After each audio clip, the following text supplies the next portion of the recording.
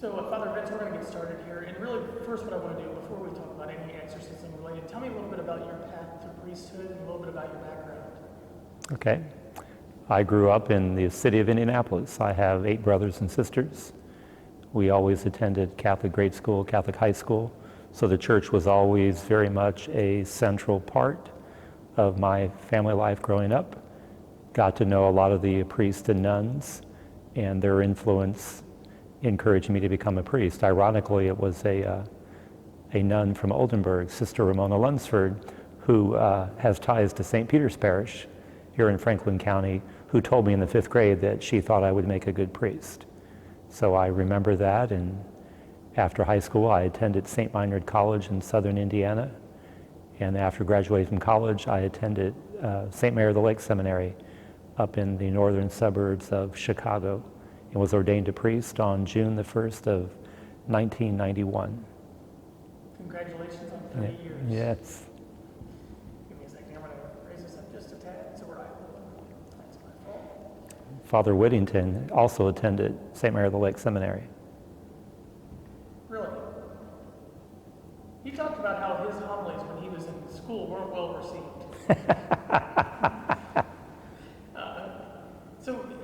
So I was doing some background. So 30 years in the priesthood. What brings you to St. Peter, St. Michael's? So in 2018, the Archbishop wanted to give me less responsibility because of my role as the exorcist for the Archdiocese, and which takes about half of my time right now. I was pastor of St. Malachy in Brownsburg, and which is one of the largest parishes in the diocese. So by coming out here, it allowed me to have more time to focus on the other ministry that I was appointed to. 1 second here. Just get you a little bit more raised up so we're eye level. There we go. And speaking of that other ministry that you're appointed to, how did becoming an exorcist occur? I believe you were voluntold. I always say I was at the wrong place at the wrong time. So the Archdiocese of Indianapolis has always had a stably appointed exorcist, even when it fell out of practice after the Second Vatican Council, which ended in 1965. Indianapolis always had a priest appointed to do this ministry. In 2005, the exorcist for the Archdiocese, Monsignor John Ryan, passed away. Ironically, he was the pastor of the parish where I attended grade school, there on the west side of Indianapolis. So after he passed away, the priests were all trying to stay under the radar. We thought maybe the Archbishop was looking for a replacement. And one day I had a meeting with the Archbishop, and he told me that he was appointing me to do this ministry. He even said he wasn't quite sure what he was asking me to do, but then he wanted me to go and figure it all out. When I was appointed, I became only one of 12 stably appointed exorcists in the United States. So there really wasn't anyone to train with here in the States. So I spent 3 months in the early part of 2006 living in Rome and working with a Franciscan priest who allowed me to shadow him, so to speak. And during the 3 months I lived in Rome, I was able to participate in 40 exorcisms and then to learn firsthand the church's ministry to those who were up against the forces of evil and who were seeking the help of the church.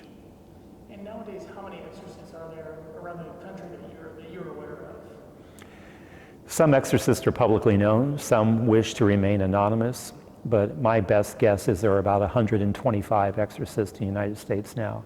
So it's increased almost tenfold in the past 15, 16 years. And as a priest, as you mentioned, some remain anonymous, Father Vince.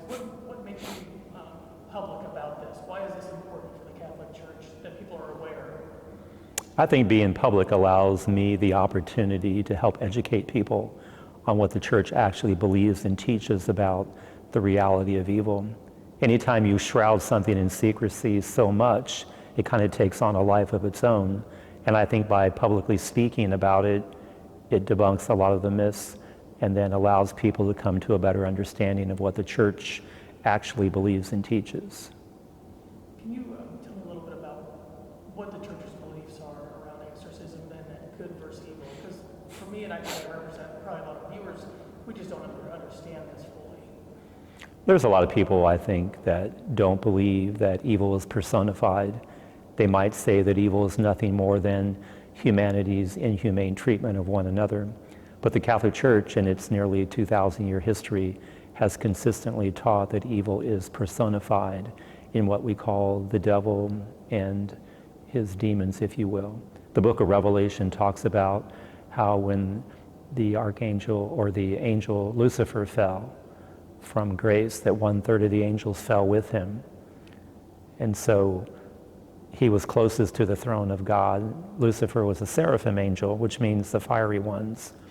And when he chose to rebel, we could say that his decision reverberated through the choirs of angels, and then 1/3 of them embraced his choice to rebel against God. And they were cast from heaven down to earth, where they tried to tempt humanity into making the same choice that they themselves have made, namely to reject God and basically become God of yourself. That's interesting. Probably applies a lot to today's society. It sometimes feels like a godless society, if you will. I think there's a lot of people today that live by 3 guiding principles.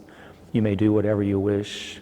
Nobody has the right to command you, and you're the God of yourself. The whole notion of obedience or living with limitations are things that a lot of people today don't want.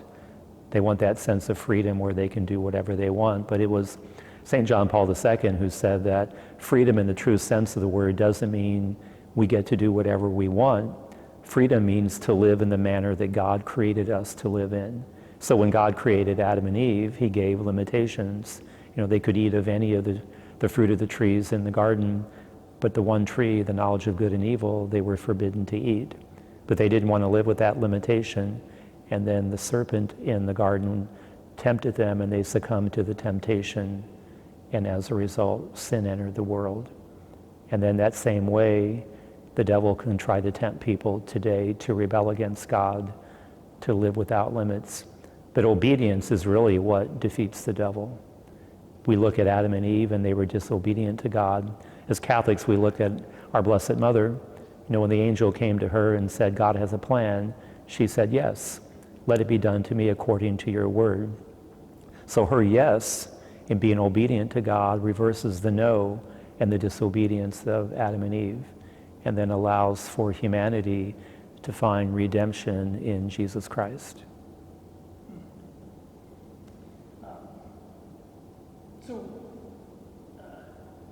So demonic possession, well, first I want to back up here. So with you being public about this, how many emails and phone calls do you get a year or a day? I was averaging about 2,000 a year.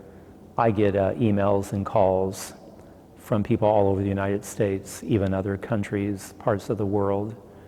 As an exorcist, I only function in the Archdiocese of Indianapolis because technically the exorcist in every diocese is the local bishop. By virtue of his episcopal ordination, he has that role. But the church does permit him to appoint one or more of his priests to do this ministry. So technically, I can't function outside of the Archdiocese unless I have permission from another bishop. In the past 16 years, I've done exorcisms in Ireland, in the state of Alaska, in Idaho. I've traveled to South Africa to help educate the bishops' conference there, and also train priests in the ministry as well. So this ministry has given me more of a global perspective. I'm also a member of the International Association of Exorcists, which is a group of 750 priests and their helpers from throughout the world. One doesn't have to belong to the group, but I like to be connected with other exorcists because with the number of people who call me, I cannot minister to all of them. But by knowing other priests here in the States or other parts of the world, I can connect people to a priest in their area who can help evaluate their situation. Yeah, so really building that network is when you reach out, when someone reaches out from California, you kind of know a direction to put them in. Yes. So this group that you belong to, you guys meet in Rome biannually, I believe? Correct. We haven't been able to meet. We were supposed to meet last year and it was rescheduled for this year, but due to COVID-19 restrictions, it was canceled again. So I think it's back on the calendar for next September in 2022.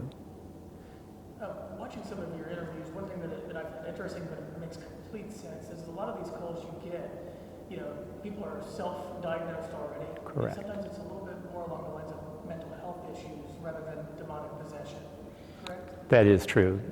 Rarely does somebody call me and say, hey, this is what's going on in my life. Can you help me sort this out? Because an exorcist is trained to be a skeptic. I should be the last one to believe that somebody is actually dealing with the demonic, because I've always said that if the church were to label someone as being possessed, and that label prevents them from getting the true help they need, either from the mental health field or from their medical doctor, the church would be doing greater harm. So there is a protocol used here in the United States which requires a person to have some type of a psychiatric evaluation. Step 2 of the protocol would be to have a physical examination by their family doctor.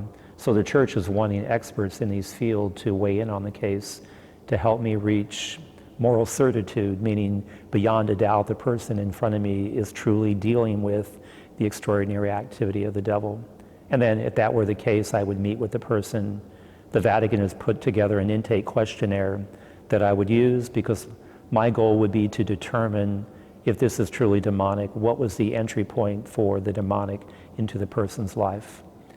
The ritual of exorcism says there are 4 things that I can look for: the ability to speak and understand languages otherwise unknown to the individual, having superhuman strength, having elevated perception, meaning the person knows things that they should not otherwise know, and then having a very strong negative reaction to anything of a sacred nature. And then key, step number 5, would be to help normalize the spiritual life of the person, because it's not just a matter of casting evil out, it's also important that God is invited in. So that's really interesting, and we're going to touch a little bit more on that. I want to go back to the entry point of the devil. Through your work, have you identified ways of, how does the devil enter someone like this to lead to that level that an exorcism is needed? I don't understand that part. Well, the devil does prefer to work on the shadows and in the periphery. He doesn't really want to be out in the limelight, because if he's in the limelight, then he can be addressed and cast out. But there are ways that people can invite the demonic into their lives. Some people do it directly, some indirectly. So some ways that I've seen over the years are ties to the occult. The word occult comes from the Latin word occultus. It means hidden or secret. It focuses on knowledge of the paranormal. People can be involved in things like witchcraft and magic, going to see a psychic or a medium, the use of tarot cards or crystals or pendulums, horoscopes. Sometimes it's very subtle ways that the devil tries to enter into people's lives, and they get off track, and perhaps they've been off track for a while and they don't even realize it. But you look at the world today, faith is in decline in the lives of many people, especially young people. And faith in God will lead us in one direction, the lack of faith will lead us in another. And I think with the diminishing the role of faith that people plays in people's lives today, we see people that are more fascinated by the world of the occult. And the Bible is very clear in the book of Deuteronomy, in chapter 18, verses 12 through 18, that we should not be involved in things of an occult nature, because it's a violation of the first commandment. We're looking for a substitute for God. So ties to the occult, I think, are very common. Another one I call the entertainment industry. People are just fascinated by evil and the devil. Halloween's just around the corner. Halloween has been very much glamorized in our society. I certainly don't think there's anything wrong if a kid wants to put on a costume and go out and ask for candy. It's good to have fun. But I think the danger is when we start glorifying evil, people are dressing up as ghosts and goblins and witches and whatnot. And the devil can play on a person's memory and imagination. So the entertainment field, whether it's Halloween, literature, movies, and whatnot, the devil can try to put images in people's minds and then use that as a way to instill fear. People play with Ouija boards, for example, things like that. Being cursed, being dedicated to a demon. Abuse is another way that can be an entry point. We all experience a certain amount of brokenness in our lives, but what we do with it does seem to matter. Do we seek healing and forgiveness? Not always easy to do, but the devil loves, brokenness. He loves anger and resentment and bitterness and revenge. And if that's the mentality that we have, that can be an entry point for the demonic into our lives. So my goal would be to look for what was the opening, and then using the prayers of the church to close that opening, and then to bring the person back to a right relationship with God, or to bring them to that relationship for the very first time. Because even though I'm a Catholic priest, half the people that I work with are not Catholic.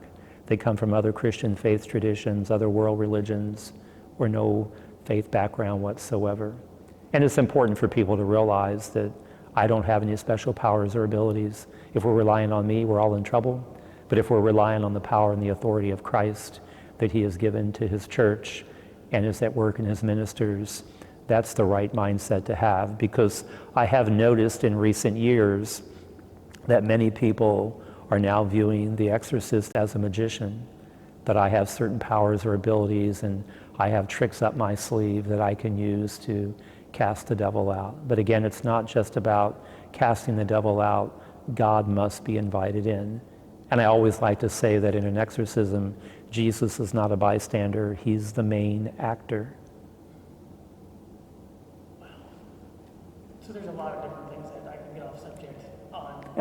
So one thing I want to talk about and provide color for an exorcism for those that don't know. There's people's awareness of it might be the movie The Exorcist or anything. Could you describe what happens during an exorcism? What have you seen? All those things that people see in movies are real. Those things do happen. The difference is, I think, that the movie industry is more focused on what the demonic is doing. But in an exorcism, the church is more focused on what Jesus is doing. So I have witnessed different manifestations, because when an exorcism is being performed, the demon is commanded to manifest, to reveal itself, because only when it reveals itself does the battle begin. Certainly the devil doesn't want to reveal himself. He likes to work kind of in the shadows. But the ritual literally drags him out into the light, so to speak. And he doesn't want to be there, so there's a lot of anger and animosity. So eyes rolled in the back of the head, the foaming at the mouth, growling and snarling like an animal, throwing out obscenities. I've seen temperature in the room will drop, whereby it will become much colder. Very bad stench odors coming when a demon manifests. I've seen levitation. I've seen people that once the demon manifests, they'll drop to the floor and slither like a snake across the floor. Again, the devil doesn't want to be there. He's angry, and so he wants to instill fear. And all the manifestations are meant to instill fear so that people focus more on what the devil is doing rather than what God wants to do. So I learned early on in my training not to really focus on the theatrics or the manifestations of the demonic. The levitation that I witnessed, for example, took place in Rome when I was training, and I'm looking at it kind of in disbelief, and the demon is manifesting, glaring at me with this hideous smile on its face, looking right at me, and begins to rise up in the chair. And the priest who's doing the exorcism, he just kind of glances over, looks at the person that the demon is now using the body as if it were its own, and then takes his hand and puts it on top of the person and pushes him back into the chair. But he never even paused one moment in his prayer. So even though the demon was like, look at what I'm able to do, he was unimpressed. But I think in movies, people are more focused on the manifestations and what the devil is doing. Let's talk about the power of God during an exorcism. What are you doing with God? As you mentioned, a prayer. What other things that happen? We can say that in an exorcism, the church is throwing into the face of the demon the very things that are central to our Christian faith, which the demons have rejected. So an exorcism will begin by blessing the person with holy water, reminding us of our baptism, our new life in Christ. And then there's the litany of the saints, calling upon the saints to come and be present in this prayer of the church, reading of the Psalms in the Old Testament, reading of gospel accounts of Jesus casting out demons, the prologue of John's gospel, the Word became flesh. You know, when people think about the fall of the devil, people always say it was pride, which is true. But another key thing is the rejection of the incarnation. The devil just couldn't accept that God would take on human form in the person of Jesus Christ, and then human flesh would be elevated higher than him in the heavenly realm. Because when Jesus ascended into heaven, you know, he ascended in his glorified body. So then human flesh was now greater than Lucifer. So the rejection of the incarnation, which is why, you know, why do demons possess human bodies? Because the devil wishes to mimic God. God took on human form, and the devil in his own twisted sense believes that he takes on human form by possessing a human body. So it is the rejection of God and the aspects of our Christian faith that are the main components of the ritual of exorcism, again, that the church takes and throws into the face of the demon, basically saying, you have been defeated before, you will be defeated again, so why resist the power and the authority that Christ has given to his church? Wow. Father Vince, what message through this video that's going to go across Southeast Indiana, what do you hope I can get across on your behalf? I think people need to realize that demons have power. They can only be defeated by power. The power that defeats them is the power of God. The ministry of exorcism is the way that we call upon the power of God. And people also need to know that, you know, the average person doesn't need to be worried about the devil. We don't need to live in fear of the devil. It's the very ordinary aspects of our Christian faith that will keep evil at bay. So if one is a Catholic, if they're going to Mass, if they're celebrating the sacraments, if they're praying, if they're reading the Word of God, the devil is already on the run. So again, people don't need to do anything extraordinary. It's just rediscovering the importance of, you know, the ordinary aspects of our faith that will defeat the devil. Anything else? Yep. Thank you. Yep, you're welcome.